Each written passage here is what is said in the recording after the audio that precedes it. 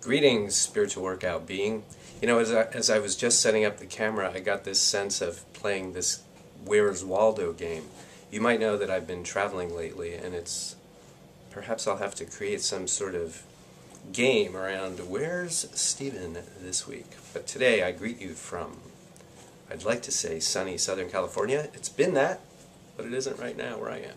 Anyway, what I wanted to do today in this week's video is to help deconstruct negative experiences, if you will, and you know I don't love that word negative, but times where we're just not feeling great, where we're not feeling well, where we're unhappy, where we're sort of in a rut with something.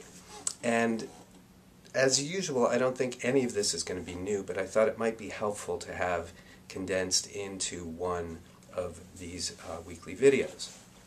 So it's based on the idea that there's what happens, right? We take responsibility for an experience that is in our reality. Somebody died, lost a job, lost something else, anything that happens. So there's what happens, and then there's what we make it mean.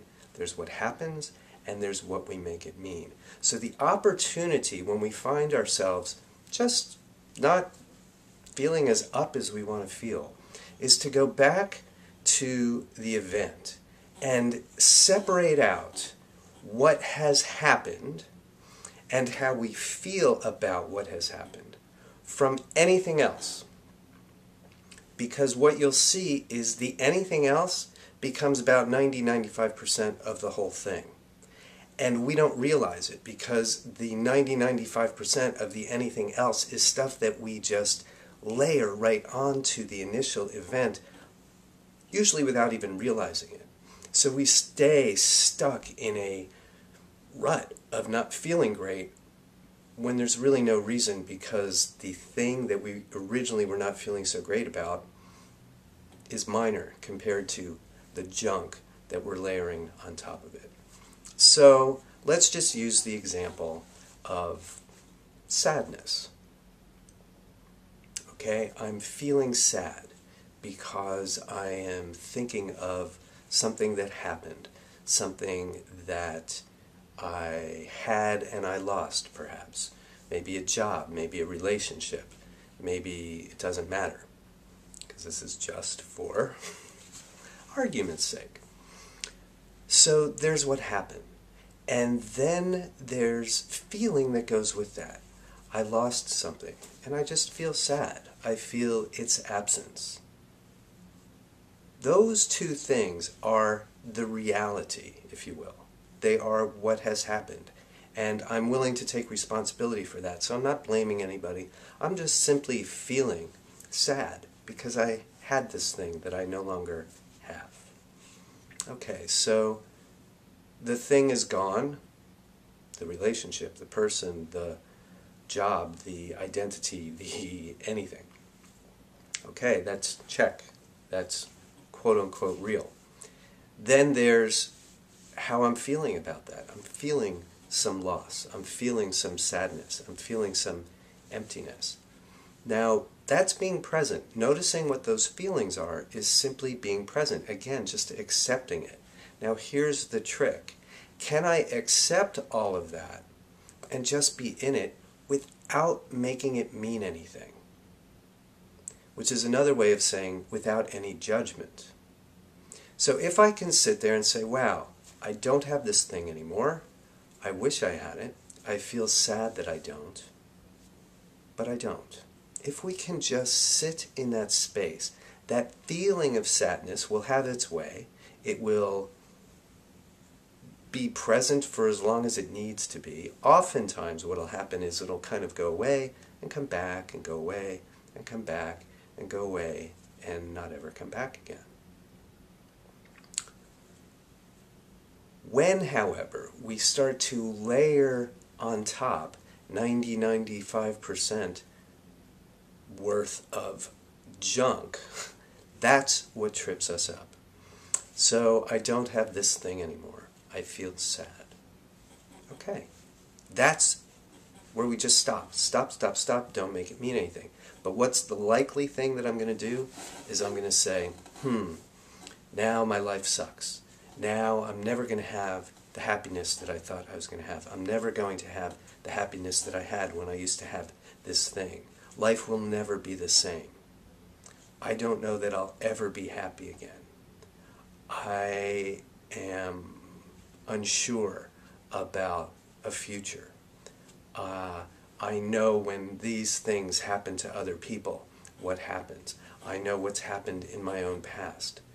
Now, as you can probably see and feel, those thoughts that I'm layering on top of this experience are really, when I get up and move around in the world, what's going to bring me down. Yes, I lost what I lost, and yes, I have some feelings about that. But all these things that I'm making it mean, I won't be happy again, life will never be the same, other people, all these things I just said, those are the thoughts that are keeping me feeling so awful. They have nothing to do with the thing that I lost, really, and the feelings that I'm having. They sort of have something to do to it, but they're useless layering on the experience. That's not the proper English, but I'm not going to correct it right now. You know, they are just, it's just energy that's of no value that I've layered on top of what actually has happened and how I'm actually feeling, and those very thoughts are contributing to my feeling worse and worse and worse and worse. And here's the even worse part, which is if I'm going to continue on with those thoughts, I'll never be happy again, people in this situation don't survive well, life is pretty much over. Those are the thoughts that I've layered on what has happened, and those are the thoughts that are bringing me down. Those are the thoughts that are going to keep me in a rut, because what I was just going to say is there's no end to those thoughts. There's an end to the experience of having lost something. We assimilate the experience into our lives. That's part of our human experience. And there are the feelings that come with it, some sadness, some loss, whatever they are.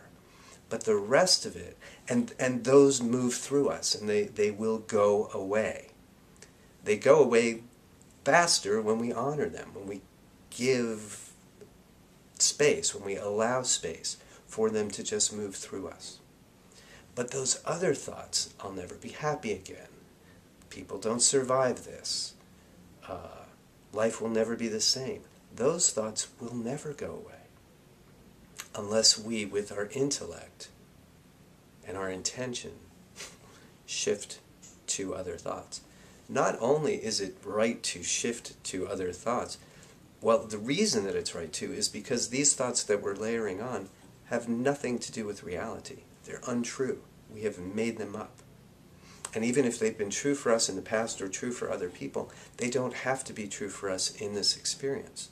Choices abound. We can choose the experience we want to have. Now, the other major concept that comes into play here is we are here for a reason. So we know that if we have created for ourselves a circumstance that is not to our liking, I really don't like that I have to now process having lost this thing that I was so identified with and so attached to. I don't like that. I don't like having to feel the profound sadness that's going along with that. Okay. But if I know I'm here for a reason, then I know that that reason is growth and development on a soul level. When I choose to look for what that might be, wow, this is an opportunity for me to just practice acceptance. I haven't been so good at that before, or I've been working on that, and clearly I could use more of it.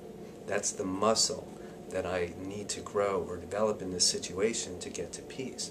Well, now I don't have to think of everything that has gone on as a loss. I don't have to think of it as this horrible thing that I have to deal with. I can choose to say, wow, that's right, I'm a spiritual being having a human experience. Every single one of these experiences is for my growth and development on a soul level, and I can now look at this particular circumstance. Yes, I lost, and yes, I have feelings, But all of this is adding up to an opportunity for me to really practice presence, to really practice acceptance on a level that I had not yet really done. And I know that if I do that, my soul will grow. And so I'm going to choose to not layer upon this experience all these thoughts that just take me nowhere, all these thoughts that produce feelings of anxiety and worry and doubt and confusion and on and on and on. And I'm going to simply just remember that I have created a project for myself. And this is just, all of this is just an opportunity for me to grow my acceptance muscle, to become more present. So when we can stop ourselves from layering useless meaning onto whatever circumstance we have created, and when we're willing to then look for the project in all of it, I'm here for a reason, and find what that reason is, then we can just stay in it. Okay, I'm here. I'm feeling sad. I've lost this thing. I'm processing. I'm in this. It is what it is. And it's a growth opportunity because I'm getting better and better every hour, every day at simply practicing presence. That's when we can take the circumstance, assimilate it into our experience, and move through it and grow as a result. So that's what I have for you this week. If I've seen you recently, it was great seeing you. And if I haven't, hopefully I will soon. In the meantime, thanks again so very much. Have a wonderful week, and I'll see you next time.